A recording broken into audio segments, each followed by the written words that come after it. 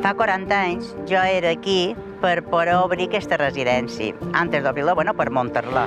Jo vaig venir per estar a la cafeteria, vaig agafar la concessió de la cafetería. Pues hace 40 años era un médico muy joven y bueno, tuve la suerte de conocer la Bonanova en el año 1982. Te'n records? Pel carnaval?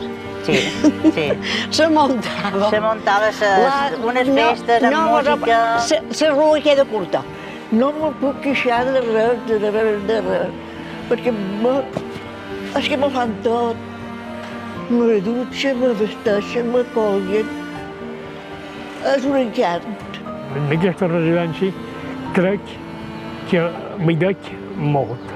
Jo m'ha agradat tant que als meus fills els dic, jo tinc una família petitona, que sou vosaltres, sou la meva vida, però jo tinc una família molt grossa que jo l'estim tant i tant que de la residència per res del món m'aniria. Se crean vínculos de mucho afecto, ¿no? de mucha complicidad, ¿no?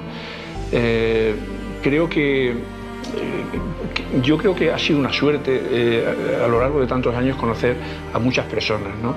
Y conocer también a muchas familias. Es mi vida, tengo 40 años aquí metido, o sea, es todo. Bueno, el Valle de Punta, o sea que no tengo palabras para describirlo. O sea, la Bonanova es mi vida, o sea.